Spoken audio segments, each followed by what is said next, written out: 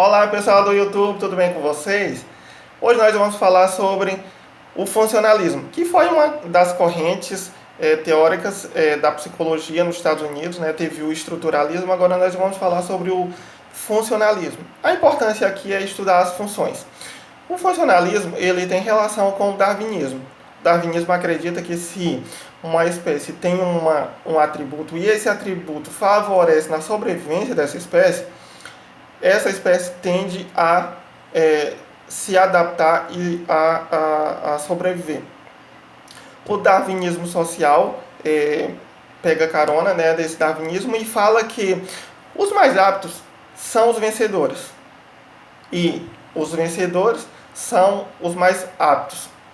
Aí vem o funcionalismo paralelo, né, a isso e pensa, bem, se os seres têm atributos diferentes, então esses atributos tornam essa espécie mais ou menos apta e então a gente pode estudar esses diferentes atributos e ver na prática a aplicabilidade dela, a função dela, as vantagens dessas diferenças. Então vamos estudar essas questões, essas diferenças e o que é que se pode retirar para aplicabilidade. Aí tem alguns autores bastante famosos que me perdoem, mas eu não vou saber pronunciar o nome deles, mas eu vou citar aqui. Tem um autor, Dewey, eu acredito, é D-E-W-E-Y. Ele fala da questão do reflexo. Ele diz que o reflexo ele serve para adaptar a espécie ao meio. Ele também fala dos estudos de crianças, como as crianças aprendem melhor, e ele acredita que as crianças aprendem melhor fazendo, na prática. Essa questão de memorizar e tudo isso é bastante mais trabalhoso para a criança. Tem também o Angel, acredito que seja, né? Se escreve A-L-G-E-L-L. Para ele, é mais importante estudar o porquê. Aliás, é mais importante estudar o para quê do que o porquê. A função disso, para que é que serve? A utilidade. Né? Então tem mais um outro, que deve ser Carl, acho que é escrito K-C-A-R-R. Ele faz estudos em labirintos e ele com animais, com pintos, né? O pinto sair do labirinto e ele percebe que os comportamentos inúteis eles são deixados para trás e aqueles comportamentos que levam a algum resultado tende a se fortalecer. Tem também um outro autor que é o, mais uma vez eu não vou saber dizer, né? Que é o T-H-O-R-N-D-I-K-E.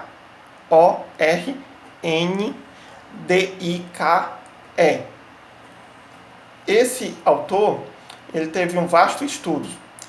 Ele se preocupou em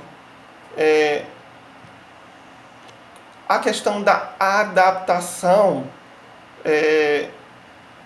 como pode ser aplicado essa questão da adaptação à melhoria da condição humana, porque ele acredita que se adapta, claro.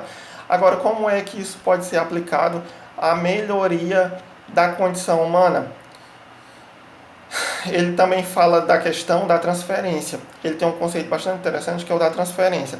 Ele acredita que se em duas situações parecidas, um animal, uma espécie, aprendeu determinado comportamento que fosse vantajoso, se ele fosse colocado em uma outra situação que tivesse pontos em comuns, ele aprenderia a esse novo comportamento útil de forma mais fácil, porque ele transferiu o conhecimento do primeiro ambiente para o segundo. Ele aprendeu que gatos têm dificuldade de aprender olhando os outros, né? Apesar de ver o outro resolvendo algum problema, o novo gato que observa, ele tem dificuldade de aprender. E ele fala de duas leis do princípio da aprendizagem, que é a lei do efeito e a lei do exercício. A lei do efeito é a questão do reforço. Ele fala que um comportamento que dá certo, ele tem mais probabilidade de acontecer no futuro do que um comportamento que dê errado. Então, ele acredita que esse comportamento, se ele for reforçado, ele tem muito mais probabilidade de dar certo do que se ele for por punição. Por exemplo, você quer manipular o comportamento de um animal, se você vai punindo, você vai ter mais dificuldade do que se você for reforçando esse comportamento através de recompensas. Aí tem a lei do exercício, né, que ele fala que entre o estímulo e a resposta existe a prática. Essa prática ela fortalece. Depois ele acaba falando que a prática leva à perfeição e tudo mais. Ele também fez teste de aptidões de criança em idade escolar. Aí vem também um outro autor que, mais uma vez eu não vou saber falar o nome, que é o Woodworth.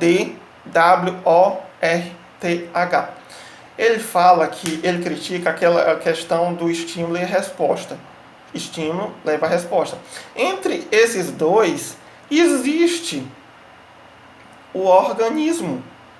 É importante considerar esse organismo que está entre o estímulo e a resposta, as motivações desse organismo. Ele fala da questão das motivações que também deve ser considerado nessa relação.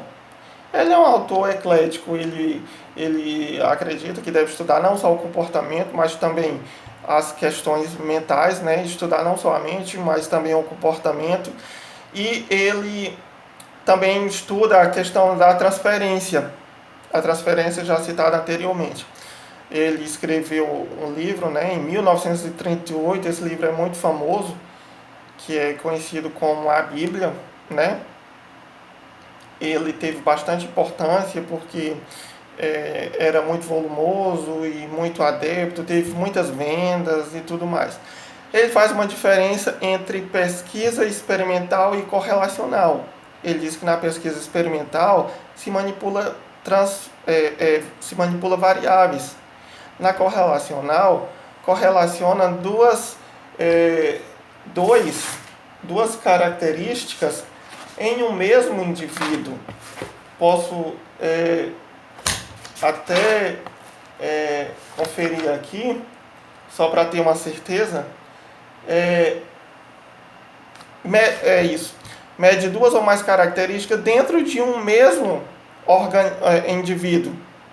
Então essa é a diferença dele entre pesquisa correlacional e experimental.